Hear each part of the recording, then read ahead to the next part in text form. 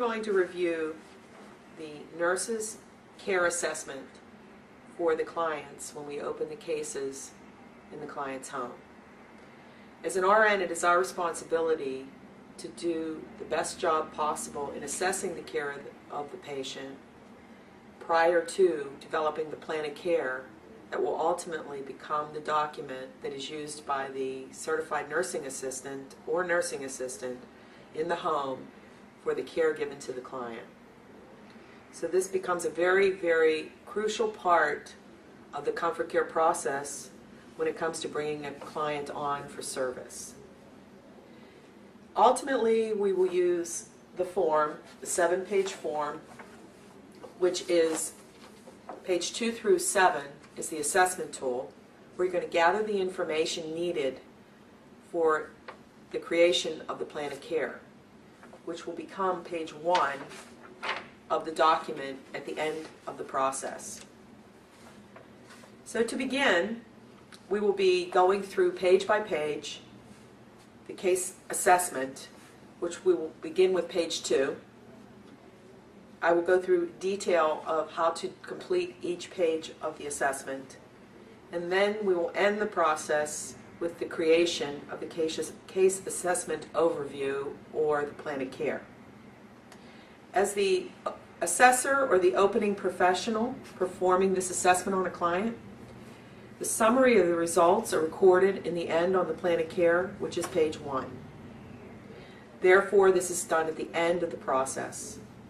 Specifically, this gives the directions, as I stated earlier, for the caregiver assigned to the case, and it shall be documented on page 1, which will be given to the caregiver, reviewed with the caregiver, and ultimately left in the home. You have to review that in its entirety, and we will get more into detail on that at the end of this process. Page 2 of the form is the medical history page. A client's medical history is fully documented on this page. It is essential to determine whether they've had a recent hospital stay, which is the first section of the form. And as you do that, you want to determine the name of the hospital, and at that point, the reason that they were put in the hospital during that admission. This is crucial as we begin to assess and evaluate the different diagnoses that the patient has, and ultimately determining what is causing readmissions to the hospital. Also noted at the top of this form is recent rehabilitation. So if they went from hospitalization to skilled nursing rehabilitation in a facility, you want the name of that facility and any discharge plans that came out of that facility. If they have not gone to a facility for rehab, then you want the discharge planning process that was obtained during hospitalization for discharge. You want to check off whether those instructions are received, if you've reviewed them, and if the client was educated on self-management or on those discharge plans. And the more detail, the better in any nursing process. And this will ultimately turn into your plan of care, so the more detail that you give yourself during the assessment process, the better plan of care that you will create. The next section is medical diagnoses, and there's a succinct list of most of the geriatric diagnoses that we see in the case of the clients that we will be caring for. So we have things like cancer, dementia, congestive heart failure, hypertension. So you want to go through the list with the family and or the client, check off everything that applies to that particular client.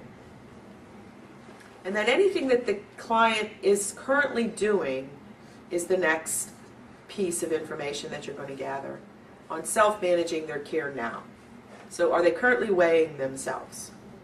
Are they currently taking insulin? Are they currently taking their blood sugar on a regular basis? If so, how often? So these are the things you will list in the next section under how are they currently self-managing their diseases.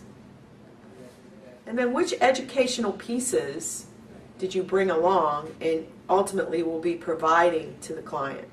As you go through the list of diseases, you will be able, knowing the pieces that are out there for education and for disease state management that Comfort Care has, you'll be able to begin to list those pieces here on the assessment form that you will be providing to the client and leaving in the home and utilizing during your educational process. The next section is the pain assessment. And as nurses, we know that there are scales that we follow for assessing pain. The 1 to 10 scale is here if the patient is conscious, and we can assess 1 being the least amount of pain, 10 being the most pain. Where is the pain, and what are they currently doing to manage their pain is in this section. If they can't respond to you, then you want to utilize the facial expressions chart that is on this assessment form and circle what you see for that particular client. And then utilize the family to assess pain management and what we do to manage the pain. Skin condition is the next section. When we do a skin condition assessment as a Comfort Care nurse, we would like to look more to the client for the condition of the skin, the client and the client's family. So we will typically ask the client or the client's family, do we have any skin breakdown? Do we have any bruising? Is there any pain associated with skin on the entire body? The easiest way to assess pain for us without disrobing the client is to verbally assess. If they then note any issues or pain or breakdown that they note, then you want to physically examine that area so you can actually see the measurement, the depth, and then discuss any wound care that they may be receiving at this time. Or at this point, if they're not receiving wound care, you'll be able to evaluate, potentially refer this client to a skilled agency for professional wound care management. The final section on this page is on medication. And in this particular area, you would most likely want to flip to the 7th page of the assessment at this time, which is the medication profile. The medication profile, then, you will just create a succinct list of all the meds that the patient's taking. That would include prescription meds, vitamins, supplementals, herbals, anything and everything that they're taking for any reason during the course of their day. You want to note the drug. You want to note the reason they're taking the drug if you know it at this time. You want to note the route that they're taking it. Is it subcutaneous? Is it chewable? Is it just by mouth or swallowed? That is noted in the route section. The dose is noted next. And if it is a supplemental, is it 1 tablet, 2 tablets? If you know the milligrams or the micrograms, please note it in the dose section. And the frequency is next, which is TID, BID, QID, and then the time section. If there's specific times that they take it, most of the time in the home care setting, you're going to find that they take it AM, PM. That might be 9 one day, 8 one day, AM, and maybe 9 PM, 10 PM. So feel free to note AM and PM. If you have specific times, if it's 4 times a day, if it's 9, 1, 5, and 9, please note it in the time section. And then the final block is for side effects or any special instructions that you may need.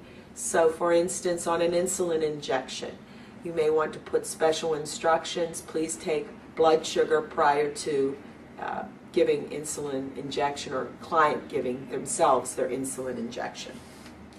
At the base of the form, you'll have side effects, if they've ever had any side effects. There's a group of 8 questions at the base of this form that you will want to answer. Ask the client, answer the questions. It will help in the overall medication assessment. At the top, of course, is just your typical name, physician name, phone number, the pharmacy that they utilize, and any allergies are noted here as well.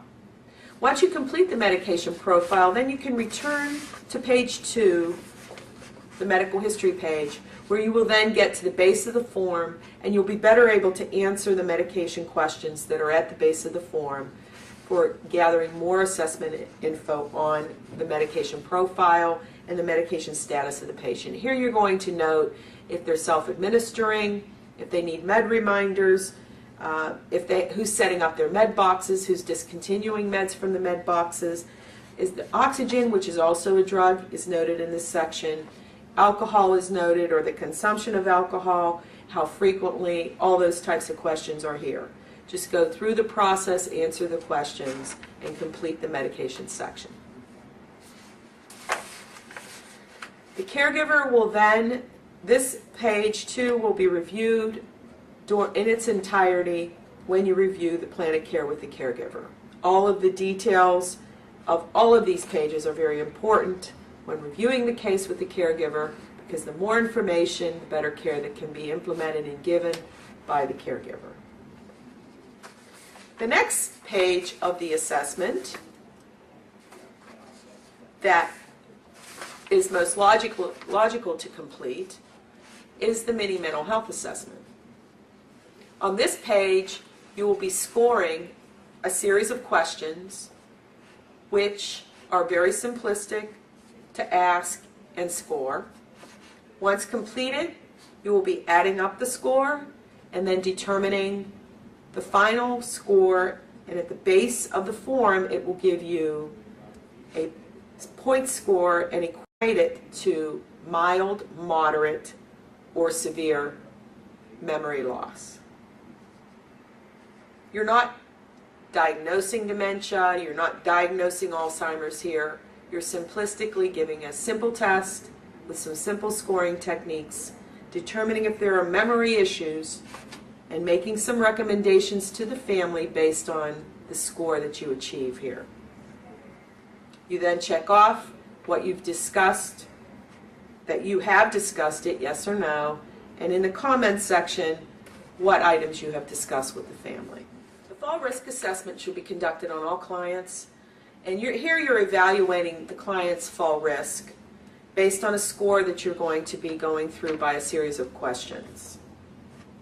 You're looking at ambulation, you're looking at their fall history, you're exploring their vision, how they see with and without glasses, their gait, their balance, any kind of changes that they may have that affect them based on the medication list that you've already reviewed and the meds that they are taking. Any diseases that you have reviewed on page 2 that could predispose them to fall risk. And then finally, there is the last question on this sheet, that is the home safety piece. There you will reserve your answer to that question until you have a chance to do the home safety checklist, which will be the next page that we will discuss. Also on this page, you want to look at any durable medical equipment that they're using. You want to look at any kind of oxygen tubing that may be used in the home, usually very lengthy, that they can get twisted into, fall over, potentially cause a fall risk. You have, when you complete this and you score this, anything above a 10 on this particular page warrants that you spend some extra time in the debriefing to the caregiver and noting the fall risk and the importance of staying close to the client, being close every time they ambulate, making sure that at all costs we avoid any falls while we're in the home, and potentially re-educating and the caregiver re-educating on what causes falls and what they can do to avoid them even when we're not in the home. The home safety checklist should be completed to ensure the client's safety. All recommendations that you make here, you should follow up once you've communicated them with the family. You should print this page at some point in time, either when you are doing the assessment or upon the start of the case, and in that printing, review again with the family that you're recommending the items be placed in the home that you're checking off at the base of the form, so that you have a record that you've discussed it, recommended it, and noted whether they are going to move forward with that recommendation or not. This is a liability issue, so you want to be sure that your recommendations are noted, and if they choose not to follow them, it was their choice, but you made the recommendations that you felt were needed. In the top section, you're actually taking a walk through the home, you're noting the temperature in the home, any cords or oxygen hoses, anything such as that that might be in the area that somebody could trip over. You're looking at the patient's bed, you're looking at the height of the bed, any grab bars on the bed, are there grab bars in the shower? Is there a transfer bench? Is a transfer bench needed? Are there rugs all over the house that could be potential tripping hazards for the client? If there are rugs, are they rubberized underneath and they can be secured so that they don't get kicked up and become tripping hazards? Are you making comments during your walkthrough of the home that potentially they should remove the rugs, and your recommendation is noted in the comments section to the right that the rugs should be removed and placed away until the client is better able to ambulate and therefore less of a fall risk? Are there light switches where there should be so that areas of the home are lit properly so that the client is not at risk for falling due to darkness? Are there emergency numbers listed in the home so that if something does happen, they're easily accessible so that they can call quickly? Is there an ADT button or some sort of alert system in the home? Is the patient wearing it, or is it sitting next to the chair on the bedside stand or on the coffee table? Are there stairs in the home? If there are they lit? Are there hazards on the steps? Are all medications in the containers that they should be in? Are there a lot of expired medications on site that really should be thrown away? Are you making those recommendations? Are there smoke detectors in the house? Can someone push the button so you can hear if they're active? How often are they changing the batteries in those smoke detectors? As we all know, they should be changed when you change your clocks. Are there any fire safety risk in the home, like open flames on the stove if it's a gas stove? Is there a fireplace? Is there a gas fireplace? All of these things need to be noted. And at the end, based on your walkthrough, based on your assessment, you will determine if there's issues in the home safety checklist that need to be carried over to fall risk and potentially cause a fall risk hazard.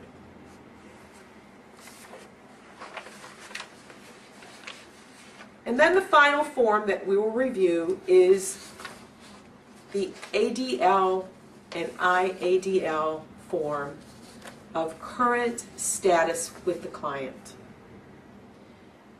The form is a simple checkoff form, and with it you can determine how are things currently being done as far as bathing, dressing, grooming, skincare, feeding and nutrition, toileting and elimination, activity ambulation, behavior and social items, home environment items, and then of course at the base of the form we have the independent activities of daily living, which encompass your cleaning, your housekeeping, your meal prep, your meds, your finances, appointments, transportation, shopping, things such as this.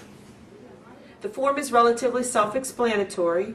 At the top of the form, you're going to note that there is a section that tells you that you should be filling in on each line whether the client is independent, whether they need partial assistance, or whether they need total assistance. I always complete this form as the last piece of my assessment because here I can determine that anything that's listed as partial assistance or total assistance will then be conformed to a plan of care item on page 1, which is your final product, which is used in the care of the client. So for instance, if you're talking about bathing, what type of bathing do they do? Is it a bed bath, a tub bath, or a shower? If it is a shower, are they totally independent in the shower, or do they require a standby assist? If it is a standby assist, then you're just there for the safety of the client. So they're transferring into the shower relatively on their own with you very close by, and they're putting themselves in the shower, and maybe they can wash the top half of their body but need the nurse's aid to wash the feet, partial assist. We do that throughout the top portion of this assessment, and at the end, we do it at the base as well. So, for instance, with meal preparation, are we planning the meals or is the client? If the client's, it's independent. Are we preparing the meals for them or is the client? If we are preparing, but the client might be cutting the vegetables, then it's partial assistance. Are we heating the meals or are they reheating the meals when we're not there? Which would be partial assistance. If we're doing everything from planning, serving, preparing, then it's total. And we want to get it into as much detail on the plan of care when we have total and partial as possible, so we give the type of care that the family and the client expects. So in the end, we've completed 6 pages in which we have assessed from soup to nuts everything that we could possibly do as Comfort Care to care for this client. We've attempted to gather as much personal data as we can so that we can ultimately create the plan of care document, which is page 1. In page 1, you're going to complete patient demographics at the top. You may complete page 1 while on site at the home, or you may want to go back to your office, review everything you've assessed, absorb the information, and sit down and think about the best plan of care possible and putting it into the simplest format so that it can be followed by any individual that is a nursing assistant that enters that home. They can pick up your document, quickly review it, and know immediately what should happen in each of the areas of activities of daily living or independent activities of daily living. You are the beginning of the best care possible for this client. You assess, you plan, and you develop something that will ultimately be the care plan that will be quality checked, quality assured, and ultimately give the care to the client that they expect and that we are so proud of. This completes the process of the assessment and turning it into the plan of care.